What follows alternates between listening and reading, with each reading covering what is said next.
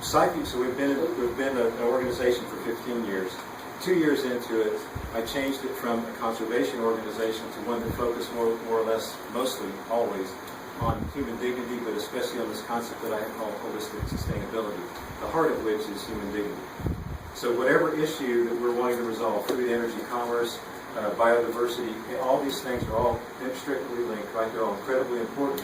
But if we're attempting to resolve any factors about these and we're not attempting to improve the human dignity, then we're actually not going to become sustainable. We're actually moving further away from it. So thinking about models and human dignity is I'm working on a concept now in sustainability psychology that I refer to as the shift from patriarchal power to matriarchal management. And this is something that I see happening a lot, and it seems to be coming from this phenomenon of communities coming up and leveraging their social capital, building their human dignity both individually and collectively. And so another way that we can appreciate elephants in general is that as a matriarchal society, they're the infinite, perfect landscape managers. If left to their own device, if you will, own their natural behavior, they actually maintain the ecology, they maintain the biodiversity, they maintain the social justice. And they do so generally non-violently. An elephant is only violent if their life's in danger, period. Or if their calf's life's in danger, then they're violent, in case the mother and the calf fight.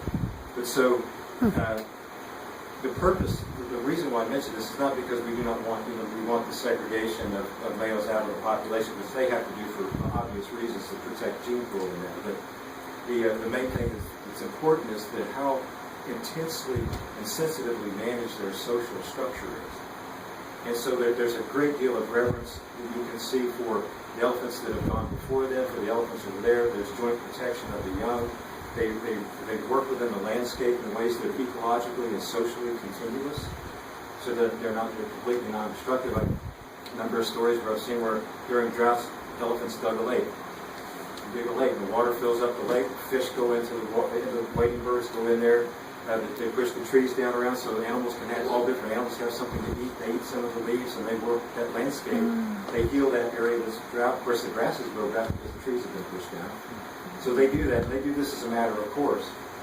And I've watched during a drought, you can see trees work back and pow, and they explode. And you see all these birds fly in. You saw these animals run after it. The elephants eat the leaves, they eat the pods, pull off some of the bark, and just move along. Everybody eats because the elephant shows up. So it's a lesson for us how much we can do if we think about how inextricably linked we are to the landscape and why we're responsible for making sure that the landscape is healthy and that the landscape serves everyone. And the elephants do this naturally. So that's one example, or a couple of examples. It just seems like there's such a good embodiment for community building too, and that that's a great example for all of us. They are. And, there's a power person in the matriarch there, but the matriarch is also remarkably democratic. And she also consults her sisters, so that they have sisters and aunties that make up line groups in it, and there's a whole parliament there that almost takes place. It's primarily organized safety and safety of the children, but with more or less maintaining a social safety net. So there's that there too. We could pattern healthcare after.